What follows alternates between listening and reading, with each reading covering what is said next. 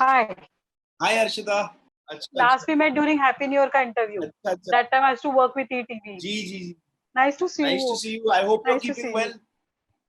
you. You too. Yes yes yes yes yes. पहले तो आपका हैप्पी ईद। ये happy thank you so much. Okay, तो जानना चाहेंगे, लास्ट मुझे याद है मैं आपसे हैप्पी न्यू ईयर के दौरान मिली थी। तो हैप्पी न्यू जी, ईयर और आपका काफी समय गुजर चुका है, तो कहाँ थे आप और क्या कर रहे थे? हैप्पी न्यू ईयर के बाद मैंने फिर उसके बाद आई बॉम्बे वेलवेट, उसके बाद आई लाली की शादी में लड्डू दीवाना 2017 में। उसके बाद एक वेब सीरीज में काम किया और एक्ट किया, ओनली फॉर सिंगल्स करके, जो 2019 में आई। और उसके बाद 2020 एंड में सूटेबल बॉय आया। तो ये I think happy new year के बाद ये सारा काम किया। और उसके उसके अलावा एक तो ये फिल्म है कबाड़, और एक दूसरी फिल्म है कोर्ट करके, जो मैंने बिहार में बनाई थी संजय मिश्रा जी के साथ। तो वो भी होपफुली इंशाल्लाह इस साल निकलने वाली है। तो बस यही उम्मीद है कि सब लोग को ये पसंद आएगा, ये दोनों फिल्म, क्योंकि ये दोनों किरदार बहुत ही अनोखे किरदार हैं, बहुत ही अलग किस्म के किरदार है। मैंने कभी ऐसे कैरेक्टर्स कभी प्ले नहीं किए हैं, तो मेरे लिए बहुत ही चैलेंजिंग था और बहुत सीखने को भी मिला। तो मतलब आपने कहा कि चैलेंजिंग था, तो वो चैलेंजेस जानना चाहेंगे। दूसरा ये था कि कबाड़ मतलब टाइटल भी अलग है, तो आपकी आई एम श्योर आपका रोल भी अलग ही होगा, तो आपकी भूमिका जी के बारे में थोड़ा जानना चाहेंगे।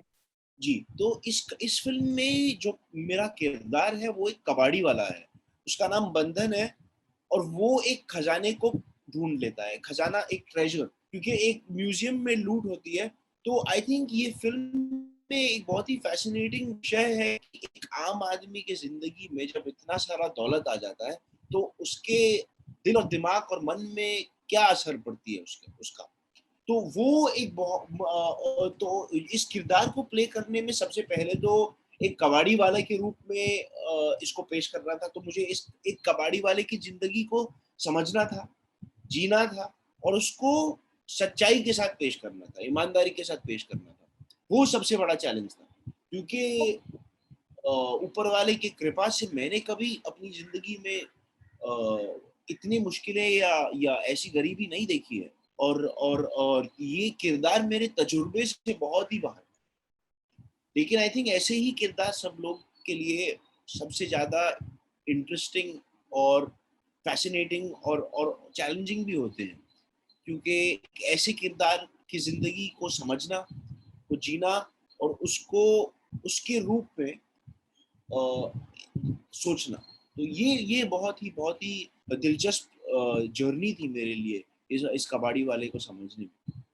पर डायरेक्टर साहब आपकी काफी तारीफ कर रहे थे, वो कह रहे थे कि मतलब हमने रियल सब चीजें यूज की है, और एक जी कबाड़ी का जो ढंग था, मतलब तो जी। आपने अपने लिए किस तरह से उसका होमवर्क किया, या कुछ वो ऑब्जर्वेशन के जरिए, क्योंकि ऑफबीट है आपके लिए कैरेक्टर बहुत ही, जी तैयारी जी कैसे की भूमिका के लिए?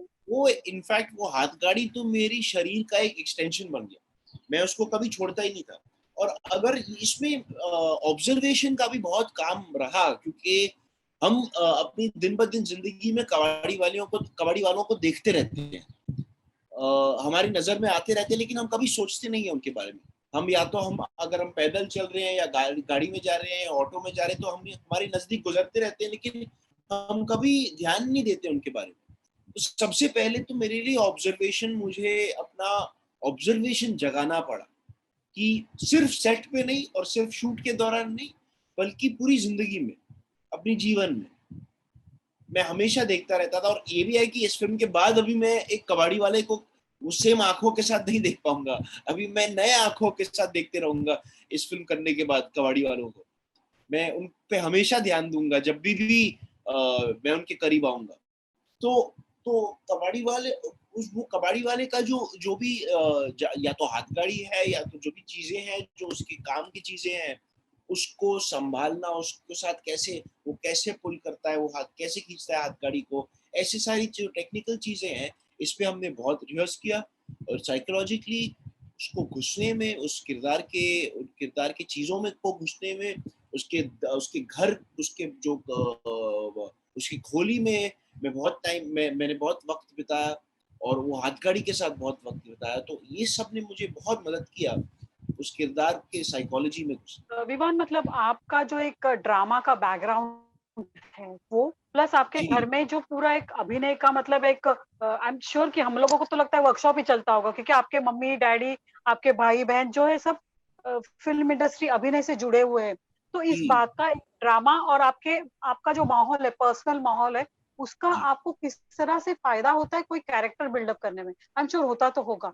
तो एक क्या कुछ कहेंगे इस बारे में?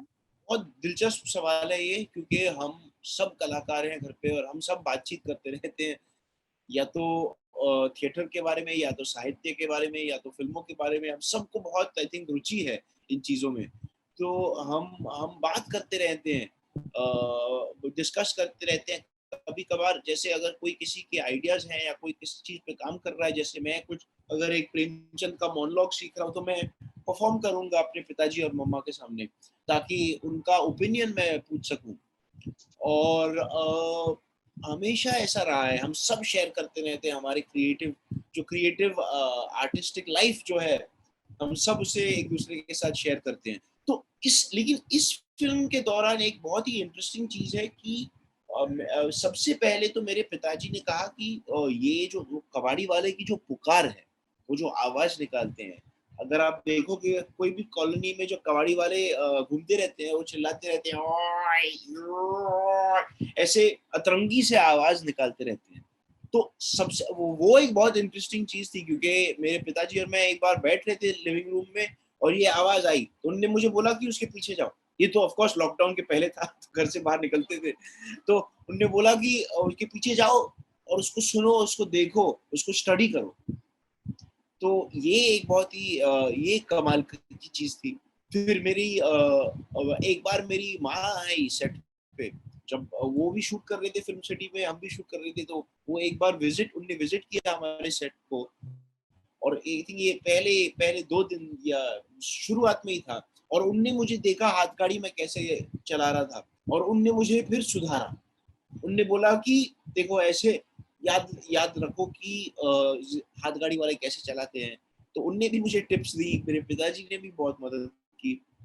और बहुत हमारे घर में हम बातचीत करते रहते हैं, बहुत दिलचस्पी है सबको कला में। जैसे मेरे भाई तो म्यूजिक में बहुत म्यूजिशियन है, मेरी सिस्टर को डांस में इंटरेस्ट है, मुझे लिटरेचर में इंटरेस्ट है। तो हम सब एक दूसरे के जितने भी कलाएं हैं, हम शेयर करते रहते हैं, बातचीत करते रहते हैं इस सब के बारे में। इसी सवाल का एक्सटेंशन जरा, जब आपको समझ आया, आपने सोचा कि एक्टिंग ही करनी है, तो मम्मी जी, डैडी ने आपको एक्टिंग के लिए क्या सलाह दी, क्या टिप्स दिए?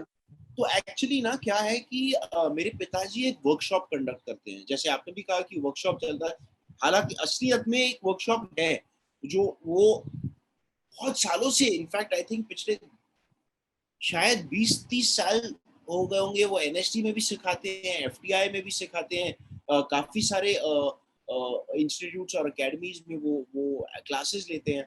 तो उनका जो एक्टिंग वर्कशॉप है, वो है ज़्यादातर वो कल्पना के साथ डील करती है, इमेजिनेशन वर्कशॉप उसे कहा जाता है, एक्शन प्रॉब्लम।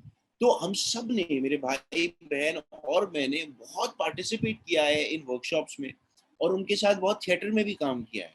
तो हमको थ्योरी से भी सीखने को मिला है, मतलब जैसे क्लासरूम सिखाई हुई है, और प्रैक्टिकल भी, क्योंकि जब हम प्ले साथ में करते हैं, तो वो टाइम पे प्रैक्टिकल नॉलेज उसको अप्लाई कैसे किया जाए, वो सीखने को मिला। आपने बड़े पर्दे पे भी काम किया है, ड्रामा भी किया है और अभी वेब सीरीज। जी, तो ये जो 3 मीडियम जी। है, तो क्या कुछ खासियत है एज़ अ यंग एक्टर, आपके ऑब्जर्वेशन, आपको कहाँ अपने आप को आप ज़्यादा एडजस्ट कर पाते हैं, अपने आप को खुली तरह से एक्सप्रेस कर पाते हैं? 3 मीडियम में क्या आपके दिल के करीब है?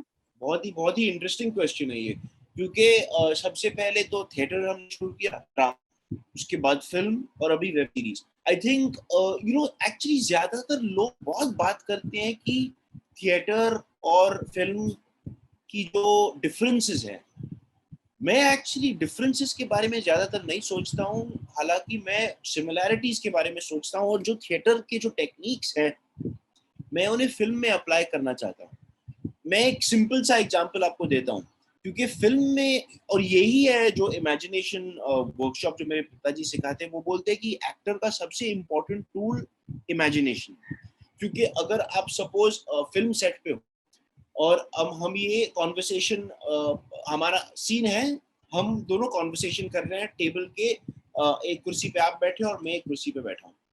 अगर थिएटर में ये सीन पेश किया जाएगा तो असलियत में एक टेबल होगा, कुर्सी होगी और हम दोनों बैठ के बातचीत करते रहेंगे, तो उसकी असलियत वहां पे ही पैदा हो जाएगी, क्योंकि वो जो एक्चुअल ऑब्जेक्ट है, एक्चुअल सेट है, हम उसको उसमें जी रहे हैं, उसको इनहैबिट कर रहे हैं। लेकिन फिल्म में क्या होता है कि वो जो टेबल और चेयर जहाँ पे वो जो कमरे में हम बैठ रहे हैं, हमारे आसपास हजारों चीजें होंगी, हजारों लोग होंगे, एक कटर स्टैंड ऐसे आ रहा होगा, एक थर्मोकॉल ऐसे आ रहा होगा, उस टेबल को शायद ब्रेक किया जाएगा और आप कहाँ वहां पे बैठे होंगे, मैं कहाँ यहाँ पे बैठा होऊंगा और हम लुक्स ऐसे दे रहे होंगे। तो ये जो ब्रेक डाउन हुआ होगा, उसके वजह से एक एक्टर को इमेजिन करना पड़ता है वो सब निकालने अपने दिमाग से, और सिर्फ सोचने के लिए कि हम एक टेबल पे बैठे हैं, हम एक दूसरे के साथ बातचीत कर रहे हैं। थिएटर में ये कल्पना और आसान हो जाती है क्योंकि हम एक्चुअली बैठ रहे हैं और टेबल के सामने। लेकिन फिल्म में कभी कभार उसको चीट किया जाता है और उसका इल्यूजन देना पड़ता है। तो ये एक बहुत इंटरेस्टिंग चीज है, क्योंकि फिल्मों में बहुत सारी टेक्निकल मशीनरी चीजें होती हैं हमारे आसपास, तो उसको दिमाग से बिल्कुल निकालना, उसके बारे में और सिर्फ अपने प्रॉप्स, अपने कैरेक्टर, अपना सेट, उसकी सच्चाई में जीना, तो ये सबसे इंटरेस्टिंग चीज है फिल्म और सेट थिएटर के जो डिफरेंसेस है। लेकिन सिमिलैरिटीज भी जो है, क्योंकि at the end of the day हम एक सीन को परफॉर्म कर रहे हैं और उस सीन की सच्चाई और ऑथेंटिसिटी को बाहर निकालना है।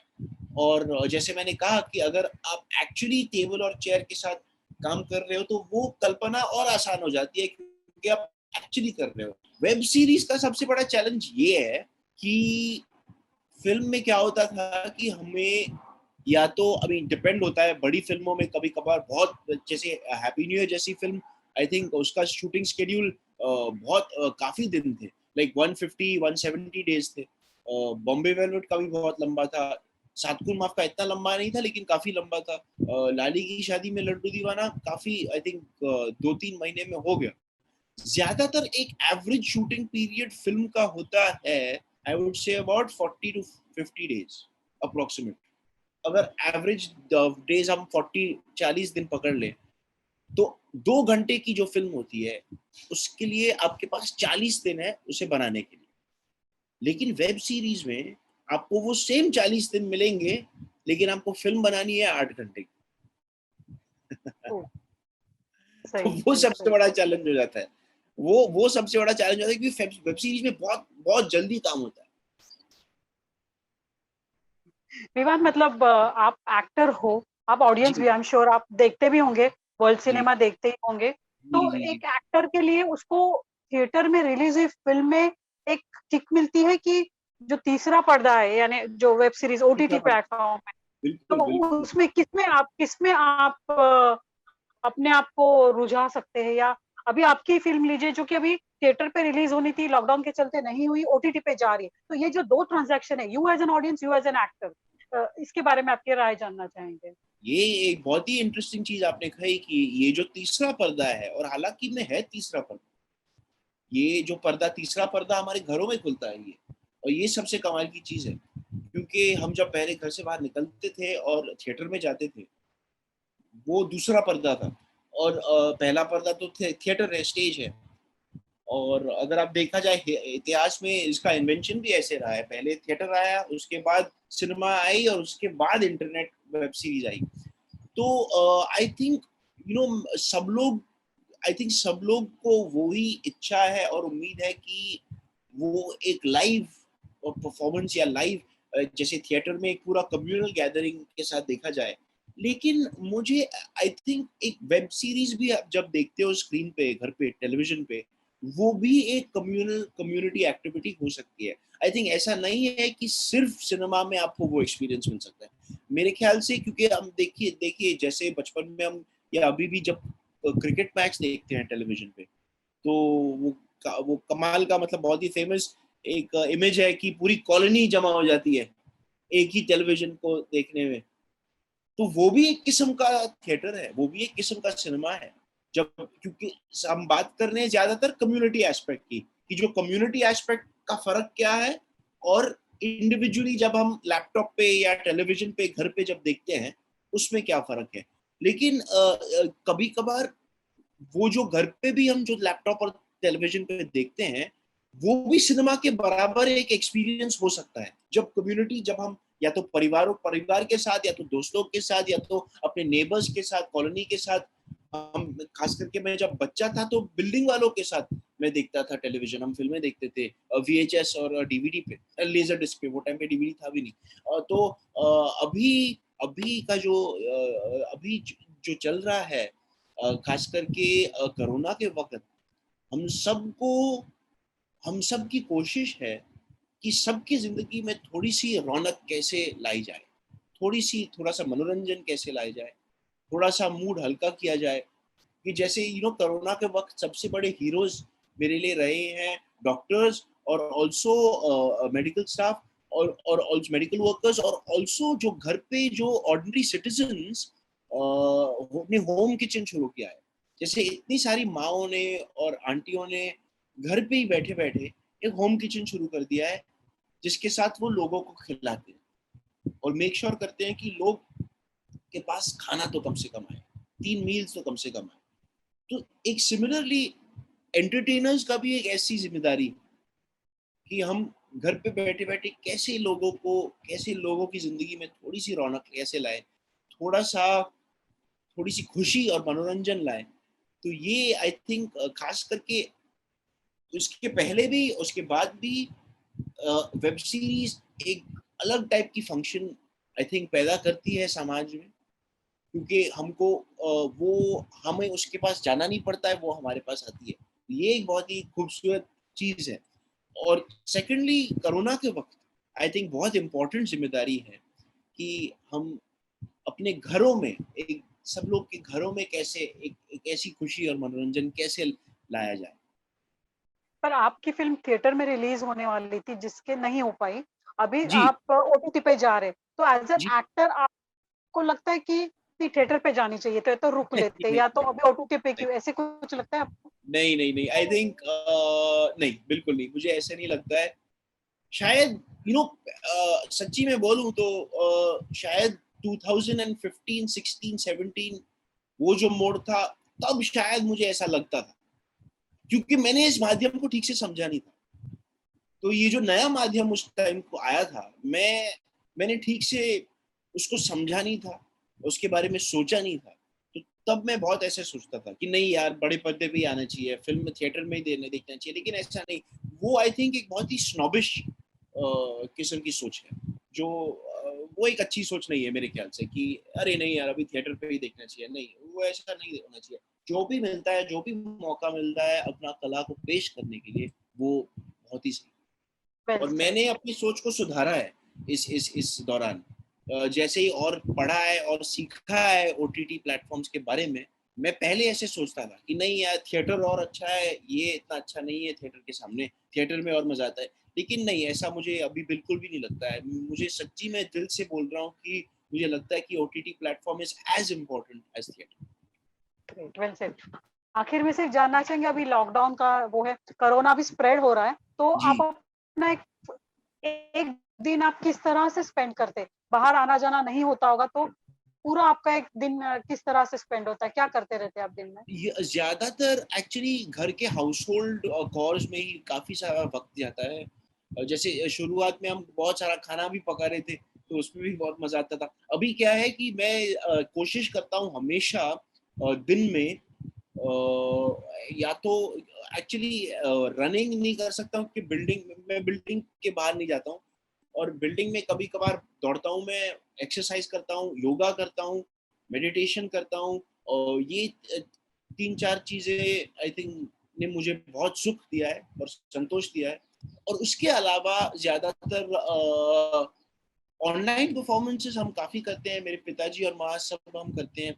और फिर उसके अलावा मैं एक्चुअली एक राइटर भी हूँ, मैं नॉवेल्स लिखता हूँ, तो उस पर भी काम करता हूँ मैं। और एक्चुअली इसके बाद होपफुली मैं एक फिल्म करने जा रहा हूँ, तो उसके काफी रिहर्सल्स होते रहते हैं जूम पे। तो कोशिश करता रहता हूँ प्रोडक्टिव रहने के लिए। Great. Well said. That was nice chatting Lovely to you, chatting to Vivan. you. Let's see you around. All the best. Thank you so much, ma'am. Thank you. Take care. See you Take around. care. Bye. Bye. See you. Okay.